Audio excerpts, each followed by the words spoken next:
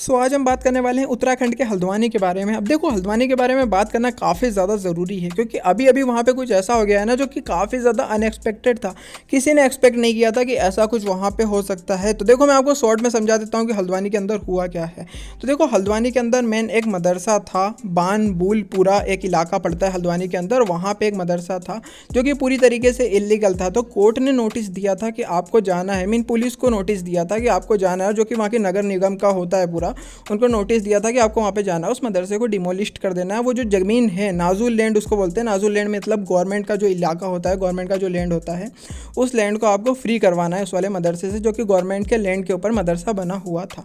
अब जब पुलिस वाले वहाँ पर जाते हैं उसको मदरसे को गिराने के लिए, तभी यहाँ पर एक मॉब, मतलब आप बोल सकते हो मुस्लिम्स की काफ़ी ज़्यादा भीड़ होती है। वो यहाँ पर पत्थर चलाने लगती है, वो यहाँ पर पेट्रोल बम जो होते हैं बना बना के फेंकने लगती है गाड़ियों के ऊपर। पुलिस स्टेशन को जला दिया जाता है, काफ़ी ज़्यादा पुलिस की गाड़ियों को डैमेज कर दिया जाता है, पूरे को आग के हवाले कर दिया जाता है। साथ में जो वहाँ के लोकल पीपल्स होते हैं जो अपने घरों के आगे अपनी गाड़ी वगैरह खड़ी करते हैं, जो गरीब होता है भाई टेम्पो वेम्पो वाला, वो अपने टेम्पो खड़े करता है अपने घर के सामने, उन सब चीज़ों को भी आग लगा दी जाती है। तो ये कितनी ज़्यादा गलत चीज़ है। एक तरीके से आप सोच सकते हो कि जो गरीब है भाई, जिसकी रोजी रोटी चलती है उस टेम्पो से, भाई उसका टेम्पो ही आग लगा दिया गया।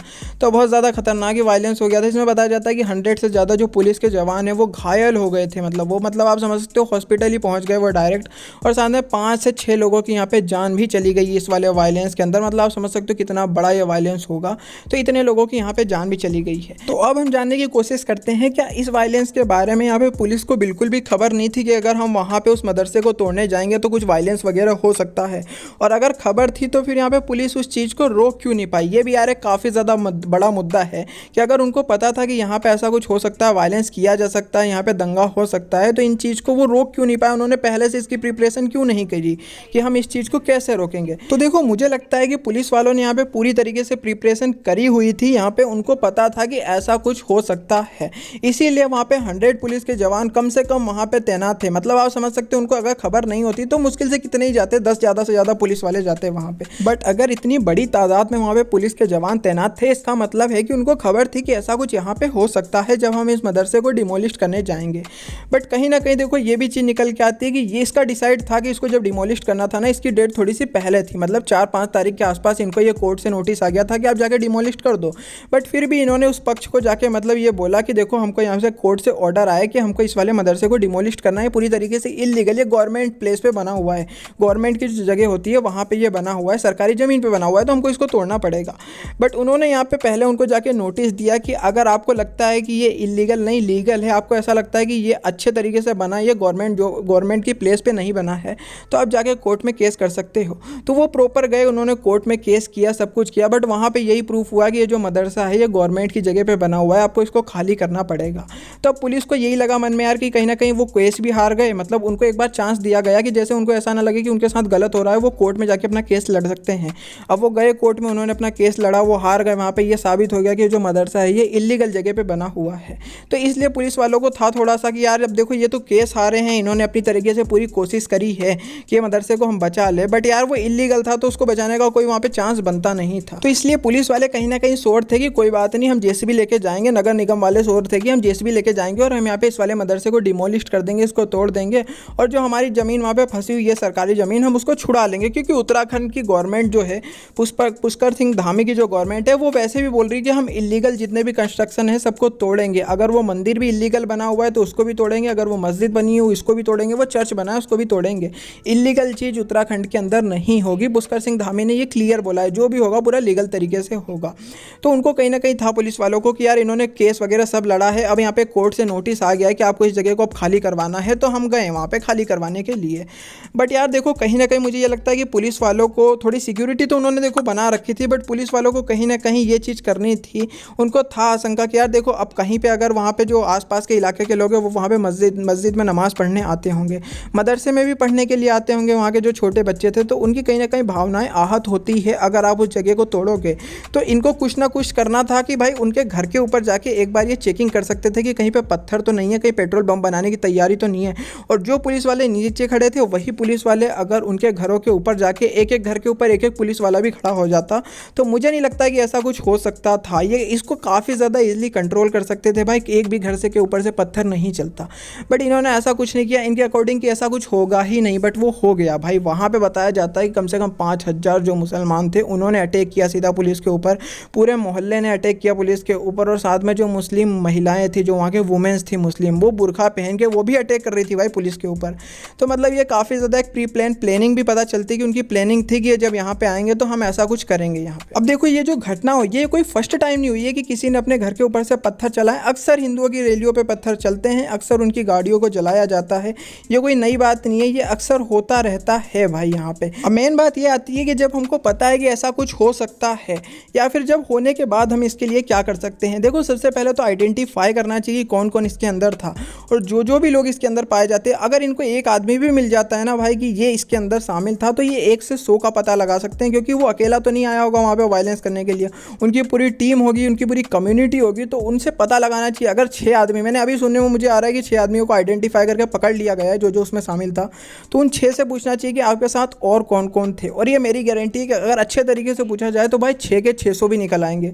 वो 6 बंदे भी 600 का पता बता सकते हैं कि कौन कौन था हमारे साथ जो इस चीज़ में शामिल था। अब ठीक है, आपने पकड़ लिया, मान लो पता लगा के कि कितने आदमी थे, आपने 600 को 6,000 को भी आपने पकड़ लिया कि इतने आदमी इसमें शामिल थे, बट अब उनके साथ आप करोगे क्या? अब उनको आप जेल में डाल दोगे 2 साल 3 साल के लिए, उनसे उनका कोई भी नुकसान नहीं है भाई, क्योंकि इसमें जो भी ज़्यादातर लोग होते हैं शामिल इन सब लड़ाइयों में, दंगों में, वो वही होते हैं जो कि अपने माँ बाप के टुकड़ों पे पलते हैं भाई घर पे। तो वो या घर में पल रहे हैं या फिर जेल में मुफ्त की रोटियां तोड़ रहे हैं, उनको उससे कोई फर्क नहीं पड़ता है।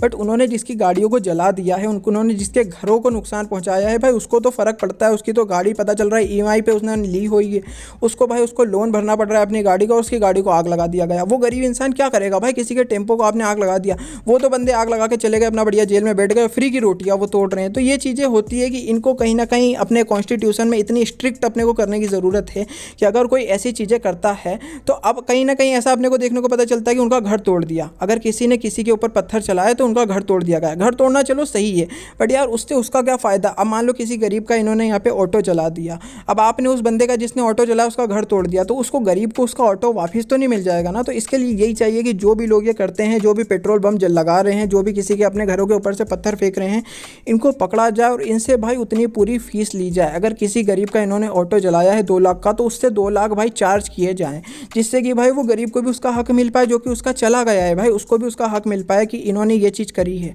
और अगर आप उससे वसूलोगे ना भाई, उनसे वसूलोगे पैसे जो इन सब चीज़ों में आग लगाते हैं, क्योंकि उनके घर की चीज़ होगी तो वो आग नहीं लगाएंगे भाई। अगर मेरी कोई कार है तो मैं उसके अंदर आग नहीं लगाऊंगा। वैसे ही भाई मुझे तो यही लगता है कि अब इस देश को अपना देश मानते ही नहीं है, तभी ये सड़कों पे आग लगा देते हैं, तभी ये रोडों के गाड़ियों को आग लगा देते हैं। अगर ये लगा रहे हैं तो भाई इनसे पैसे भी वसूलने इन्हीं से चाहिए। अब सरकार क्यों दे यार उसके लिए पैसे? अगर सरकार की पुलिस स्टेशन जला है, पुलिस की गाड़ियाँ जली है, तो पुलिस को उसके लिए यार पैसे नहीं देने चाहिए। पुलिस का भी नुकसान है, गवर्नमेंट का भी नुकसान है, जिन्होंने जलाए हैं उन्हीं से पैसे लेने चाहिए। और अगर उन्हीं से पैसे लेंगे तो ये मेरी गारंटी कि ये जलाएंगे ही नहीं भाई, ये जलाएंगे। इनको पता रहेगा कि भाई अगर हमने किसी चीज़ में आग लगाई तो भाई पैसे भी हम ही को भरने पड़ेंगे, तो भाई ये नहीं लगाने वाले हैं आग। तो ये चीज़ें कि यार कॉन्स्टिट्यूशन को थोड़ा सा स्ट्रिक्ट करने की ज़रूरत है। और अगर सज़ा सोचते हैं कि 2 साल 3 साल की सज़ा इनको दे दी जाएगी और ये सुधर जाएंगे, तो भाई नहीं सुधरने वाले हैं। ये 2 साल के बाद जेल से बाहर आने के बाद भी यही काम करेंगे, फिर से पत्थर चलाएंगे, ये फिर से लोगों की गाड़ियों को फूकेंगे। तो इसके लिए सबसे सही सज़ा मुझे लगती है कि यही हो सकती है कि भाई इनसे पैसे वसूले जाए, जिसकी भी गाड़ी लगा रहे हैं आग, उनसे घर वाले से इनसे पैसे वसूले जाएं, जैसे कि वो ऐसे इंसानों को रखे ही ना अपने घर में कि जो ऐसा कुछ कर सकते हैं। अब देखो ये जो पूरा वायलेंस हुआ है, मुझे लगता है कहीं ना कहीं ये मदरसे की वजह से पूरा वायलेंस नहीं हुआ। इसके पीछे एक और रीज़न है जो कि मैं अभी आपको बताने वाला हूँ। तो देखो मुझे ये लगता है कि अभी अभी उत्तराखंड के अंदर UCC को भी लागू करा गया है, यूनिफॉर्म सिविल कोड को। मीन सब जितने भी वहाँ पे रिलीजन के आदमी हैं, सब लोगों के ऊपर एक ही कानून लागू होगा। मीन अभी तक कुछ तरीके से ऐसा होता था ना कि अगर हिंदू कोई मर्डर करता है तो उसको यहाँ पे फांसी भी हो सकती है, बट अगर कोई मुसलमान मर्डर करेगा तो उसको 10 साल या 20 साल की सज़ा होगी। बट ये जो UCC आ रहा है ना, इसके हिसाब से अगर कोई किसी भी तरीके की इलीगल एक्टिविटी करता है तो उसको इक्वल सज़ा मिलेगी।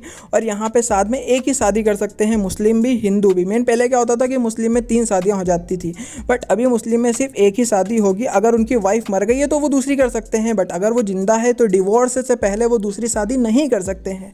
और साथ में यहाँ पे लिविंग रिलेशनशिप से रिलेटेड भी काफ़ी सारे कानून बनाए गए हैं UCC के अंदर, उत्तराखंड के अंदर। अब मुझे लगता है कि ये जो UCC है ना भाई, ये सिर्फ उत्तराखंड तक सीमित नहीं रहनी चाहिए, इसको पूरे इंडिया के अंदर इंप्लीमेंट करना चाहिए। और वो मैं क्यों बोल रहा हूँ वो भी मैं आपको बताने वाला हूँ। तो देखो अभी अभी मैंने एक न्यूज़ सुनी थी राजस्थान से, थोड़े ही दिन पहले, 3-4 हफ्ते पहले की ये बात होगी। तो ये मैंने राजस्थान से सुनी थी, जहाँ पे कि एक उत्तराकाशी नाम की कोई जगह है, वहाँ पे कि एक संत होते हैं, वो स्कूल के अंदर जाते हैं और वो यहाँ पे सब सबसे बोलते हैं कि स्कूल के अंदर देखो आपको यूनिफॉर्म के अंदर आना पड़ेगा, आप यहाँ पे बुरखा और हिजाब पहन के नहीं आ सकते हो। यहाँ पे आपको स्कूल यूनिफॉर्म पहन के आना है, आपको बुरखा और हिजाब पहनना है तो आप अपने मदरसे में जाके पहन सकते हो, मस्जिद में जाके पहन सकते हो, अपने घर पे जाके पहन सकते हो और आप आसपास में घूमने की जगह पे पहन सकते हो। बट स्कूल के अंदर अगर आपको आना है तो आपको यूनिफॉर्म के अंदर आना पड़ेगा। वहाँ पे उनसे भारत माता की जय बुलवाया गया, सभी स्टूडेंट से बुलवाया गया, साथ में सरस्वती माता की जय भी बुलवाया गया है। अब इसके बाद जो वहाँ के मेन महंत थे जिसका के नाम था बाल मुकुंदाचार्य, जिसने ये करवाया था स्कूल में जाके, जिसने बोला था कि यहाँ पे आपको हिजाब वगैरह नहीं अलाउड है, बुरखा अलाउड नहीं है, आपको यहाँ पे बिल्कुल प्रॉपर यूनिफॉर्म के अंदर आना पड़ेगा स्कूल के अंदर। अब जो कि 100% सही बात है, ये चीज़ तो होनी चाहिए, बट वहाँ पे भी प्रोटेस्ट हो जाता है। अब प्रोटेस्ट इस चीज़ का होता है कि जहाँ पे बोला जाता है कि नहीं हमें परमिशन दिलाई जाए कि हम हिजाब पहन के स्कूल के अंदर आएंगे, बुरखा पहन के स्कूल के अंदर आएंगे। अब कल को भाई दूसरी कम्युनिटी वाले, अगर कोई क्रिश्चियन है तो वो बोलेंगे कि हम नन बन के आएंगे, अगर कोई आप बोल सकते हो कि हिंदू है तो बोलेंगे अब भगवा रंग हम ओढ़ के आएंगे। तो यार स्कूल कोई रिलीजियन प्लेस तो है नहीं कि वहाँ पे आप अपने हिसाब से ड्रेस कोड अपना लगा के आओगे, पहन के आओगे। वहाँ पे तो आपको प्रॉपर यूनिफॉर्म के अंदर ही स्कूल के अंदर जाना पड़ता है। तो वहाँ पे प्रोटेस्ट वगैरह हुआ, यहाँ पे जो भी मुस्लिम्स गर्ल थी उन्होंने यहाँ पे प्रोटेस्ट किया कि हमको हिजाब की परमिशन दी जाए स्कूल के अंदर, जो कि भाई मिलने वाली नहीं थी, उनके प्रोटेस्ट को रुकवाया गया है। बट मुझे कहीं ना कहीं लगता है कि अगर यूसीसी राजस्थान के अंदर होता यूनिफॉर्म सिविल कोड तो यहाँ पे ये चीज़ें नहीं होती ना। वहाँ पे ये चीज़ होती कि सबके लिए एक समान यहाँ पे कानून होता, सबके लिए एक समान कानून होता, जो भी स्कूल में आ रहा है उसको भाई प्रॉपर ड्रेस के अंदर आना पड़ेगा। और अगर ये चीज़ है कि स्कूल के अंदर यूनिफॉर्म की ज़रूरत है तो भाई इनको पहले से ऑर्डर क्यों थे कि ये हिजाब पहन के आ रहे थे। इनको फर्स्ट डे ही अगर जब आपके स्कूल में कोई आता है हिजाब पहन के तो उसको साफ मना कर दो कि ये चीज़ यहाँ पे अलाउड नहीं है। अगर आपको स्कूल के अंदर आना है तो आपको ड्रेस पहन के आना पड़ेगा, वरना आप मत आओ। साफ भाई इनको एग्जिट कर दो, इनकी एंट्री दो ही मत स्कूल के अंदर। बट एंट्री भी दे रहे हो, फिर इसके बाद ये सब पढ़ रहे हैं 10 साल 20 साल, उसके बाद आप बोल रहे हो कि ये चीज़ें गलत है। गलत 100% है भाई। इसको चलो अच्छी बात है कि यार चलो पहले नहीं रोका बट अब उन्होंने रोका। अब मेरे को एक चीज़ सबसे ज़्यादा ख़राब ये लगी कि वहाँ के जो गर्ल्स थी उन्होंने बोला कि हमसे यहाँ पर काफ़ी सारी चीज़ें गलत बुलवाई गई। अब जब न्यूज़ वाले ने उनसे पूछा कि आपसे क्या गलत बुलवाया गया तो उन्होंने बोला कि हमको भारत माता की जय बोलने का बोला गया है, जो कि हमारे हिसाब से गलत है। और उन्होंने साथ में ये भी बोला कि हमको सरस्वती माता की जय बोलने का बोला गया है, जो भी यहाँ पे हिसाब से गलत है। अब यार अगर आप भारत के अंदर रह रहे हो और अगर आप भारत माता की जय नहीं बोलोगे तो फिर यार आप मतलब क्या हिसाब है उसका, मैं तो लॉजिक ही नहीं समझ पाता हूँ कि आप जिस देश में रह रहे हो आप उसकी जय ही नहीं बोल सकते हो। आपके अकॉर्डिंग वो चीज़ गलत है तो आप भाई पाकिस्तान भी तो जा सकते हो। अब प्रॉब्लम ये नहीं है कि यार उन्होंने ये चीज़ नहीं बोली तो ये काफ़ी ज़्यादा एक बड़ा मुद्दा हो गया। प्रॉब्लम ये है कि आप एक स्कूल स्टूडेंट की एज समझ सकते हो कि उसकी क्या उम्र होती है। स्कूल में जो स्टूडेंट पढ़ता है उसकी कितनी ही उम्र होगी, 15-16 साल। अब 15-16 साल की उम्र में अगर बच्चा ये बोल रहा है कि हम भारत माता की जय नहीं बोल सकते, ये हमारे लिए गलत है, हम सरस्वती माता की जय नहीं बोल सकते, ये हमारे लिए गलत है, तो आप उसकी मेंटेलिटी समझ सकते हो कि वो बड़ा होकर क्या करने वाला है। ये सरासर भाई देशद्रोह में आता है। जो देशद्रोही होते हैं ना भाई, उनका ये काम होता है कि हम इस देश की जय नहीं बोल सकते हैं। और वही सेम सिचुएशन वहाँ पे है कि वो जो गर्ल्स थी वो बोल रही थी हम जय नहीं बोल सकते, हमारे अकॉर्डिंग ये गलत है।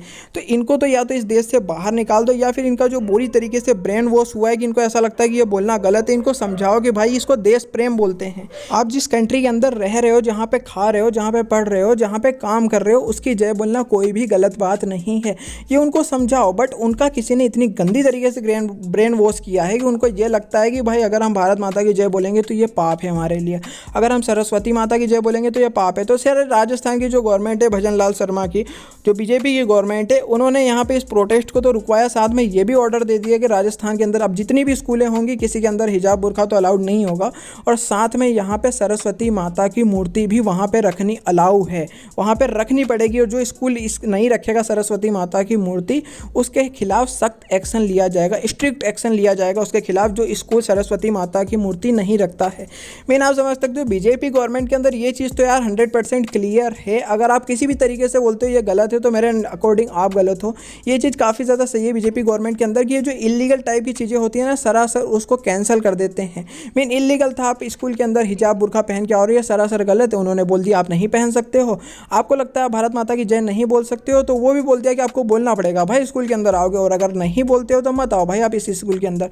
सरस्वती माता की मूर्ति रखना काफ़ी ज़्यादा ज़रूरी है, जो कि अक्सर बहुत सी स्कूलों के अंदर रखी जाती है, बट जिसके अंदर नहीं रखी गई है वहाँ पे रखना अलाउ कर दिया गया है कि वहाँ पे आपको रखना पड़ेगा। अगर आप नहीं रखोगे तो इसके खिलाफ स्ट्रिक्ट एक्शन लिया जाएगा। अब मैं आपको वही बोल रहा था कि अगर राजस्थान के अंदर भी यूनिफॉर्म सिविल कोड होता तो ये सब प्रॉब्लम नहीं आती ना यार। उनको बोलना पड़ता, वो चीज़ उनको होता कि यार जैसे सबके लिए संविधान है वैसा ही हमारे लिए भी है। है। अगर स्कूल हिंदुओं की है तो स्कूल मुसलमानों की भी है, और उनको सेम कपड़े पहन के आने पड़ेंगे, यूनिफॉर्म पहन के आना पड़ेगा। वो भाई अपने घर के हिसाब के कपड़े पहन के स्कूल के अंदर नहीं घुस सकते हैं, वो चीज़ अलाउ ही नहीं होती है। तो मुझे लगता है और राजस्थान में कहीं ना कहीं वहाँ के कुछ मिनिस्टर हैं जो बोलते हैं कि राजस्थान के अंदर भी यूसीसी आना चाहिए। अब वो तो सिर्फ राजस्थान की बात करते हैं, बट मेरा ये मानना है कि भाई पूरे इंडिया के अंदर यूसीसी को लागू करना चाहिए, इंप्लीमेंट करना चाहिए, और मुझे लगता है कि मोदी गवर्नमेंट ये करके दिखा देगी। अब इससे यार जो भी देश के छोटे बच्चे हैं, जो भी देश के नागरिक हैं, उनको यार उनका देश प्रेम बढ़ेगा, मतलब देश के प्रति अपना लगाव भी बढ़ेगा, और साथ में जो मतलब रिलीजन वाइज काफ़ी सारी चीज़ें चल रही है ना ऊपर नीचे, वो भी इक्वलिटी में आ जाएंगे। सब अपने आप को इक्वल समझने लगेंगे अगर यूसीसी आ जाता है तो। सब अपने आप को समझेंगे कि भाई हम सब एक समान हैं, हम सब बराबर हैं। तो यूसीसी लाना काफ़ी ज़्यादा ज़रूरी है, फर्स्ट बात। अब मैं आपको हल्द्वानी वाले केस पे आना चाहूँगा। तो मुझे कहीं ना कहीं ये लगता है कि जो उत्तराखंड के अंदर यूसीसी लागू हुआ है, इसका भी गुस्सा उन लोगों के अंदर था जो कि उन्होंने यहाँ पे बानबुलपुरा के अंदर, हल्द्वानी के अंदर ये गुस्सा उतार दिया, एक राइड कर दिया, एक दंगा कर दिया। ये मदरसे के चक्कर के बाद नहीं है भाई, मदरसे का चक्कर तो बहुत छोटा है। मुझे लगता है यूसीसी का गुस्सा उतार दिया इन्होंने मदरसे पे आके। तो ये चीज़ें हैं कि यार थोड़ा सा कंट्रोल करने की ज़रूरत है। अगर पुलिस थोड़ी सी प्रिपरेशन करे, उनके घरों की चेकिंग करे, जहाँ पे भी पत्थर वगैरह रखे गए हों उनको पकड़ ले, जिसने भी अपने घर के ऊपर पत्थर रखे, तो पत्थर चलेंगे ही नहीं भाई। मीन अगर आप जड़ को ही काट दोगे तो पेड़ तो उगेगा ही नहीं। तो यही नॉर्मल मैं आपको बात बताना चाहता हूँ कि अगर घरों की चेकिंग हो जाए, जब ऐसा कोई डिमोलिश होने वाला हो इलाका, और पता है कि भाई पत्थर सिर्फ एक ही कम्युनिटी के लोग चलाते हैं, सब तो पत्थर नहीं चलाते हैं ना। मीन सबको पता है कि पत्थर कौन सी कम्युनिटी के लोग चलाते हैं। अब मैं नाम नहीं ले रहा हूँ, डायरेक्ट आपको पता है तो फिर भाई छोड़ो यार उस चीज़ को। बट इन सब चीज़ों को जब पता है कि ऐसे कोई इलाका है जहाँ के लोग पत्थर चला सकते हैं, तो उनको घरों की चेकिंग होनी चाहिए। ये सबसे बेस्ट ऑप्शन है। और अगर फिर किसी ने चला दिए हैं, किसी की गाड़ी जला दी है, तो भाई उससे पैसे वसूलो, ये सबसे बेस्ट ऑप्शन है। अगर आपने पैसे वसूलने स्टार्ट कर दिए उस आदमी से जिसने किसी की गाड़ी जलाई है, तो उससे उसका भी फ़ायदा है, जिसकी गाड़ी जली है उसको भी अपने पैसे वापस मिल जाएंगे, उसको अपने गाड़ी का मुआवजा वापस मिल जाएगा। जो गरीब है जिसका ऑटो जल गया तो उसको ऑटो के पैसे मिल जाएंगे, जिसने जलाया है भाई उसकी जेब से पैसा जाएगा, तो वो अगली बार ये चीज़ करने की कोशिश कभी भी नहीं करेगा, सपने में भी। बट अगर आप उसको 2-3 साल के लिए जेल में डाल देते हो तो वो फिर से निकल के यही काम करना स्टार्ट कर देगा। तो यही कुछ मेरा मानना है इस पूरे केस के बारे में। बाकी आपका क्या कहना है आप नीचे मुझे कमेंट में बता सकते हो। आप मुझे सॉल्यूशन भी बता सकते हो कि क्या सॉल्यूशन है, कि कैसे ये पत्थर चलने रुक सकते हैं, कैसे ये दंगे होने रुक सकते हैं, कैसे लोगों की गाड़ियाँ फूकने से बच सकती हैं, कैसे पुलिस वाले मरने से बच सकते हैं। तो ये सब चीज़ें आप मुझे नीचे कमेंट में बता सकते हो। वीडियो अगर आपको अच्छी लगी हो तो वीडियो को आप कर सकते हो लाइक, चैनल को कर सकते हो आप सब्सक्राइब, साइड वाले बेल आइकन को प्रेस कर सकते हो, वीडियो को शेयर करना अपने दोस्तों के साथ। मैं मिलता हूँ किसी और वीडियो में, तब तक के लिए बाय बाय।